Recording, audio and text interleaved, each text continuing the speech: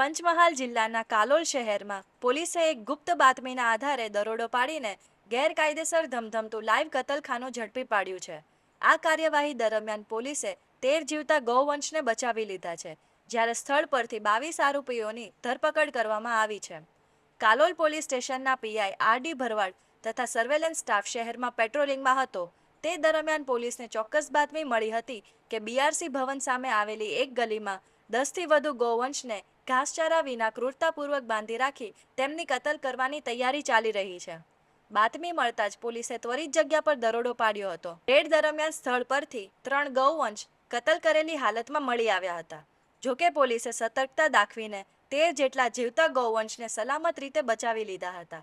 કતલખાના પર હાજર રહેલા તેમજ માંસ લેવા આવેલા 18 મહિલાઓ અને 4 પુરુષો મળીને કુલ 22 લોકોને પોલીસે સ્થળ પરથી જ ઝડપી લીધા છે.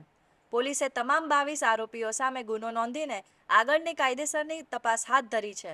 કાલોલ શહેરમાં પોલીસની આ મોડી રાતની સપાટાબંધ કાર્યવાહી બાદ સમગ્ર પંચમહાલ પંથકમાં ભારે ચર્ચા જાગી છે.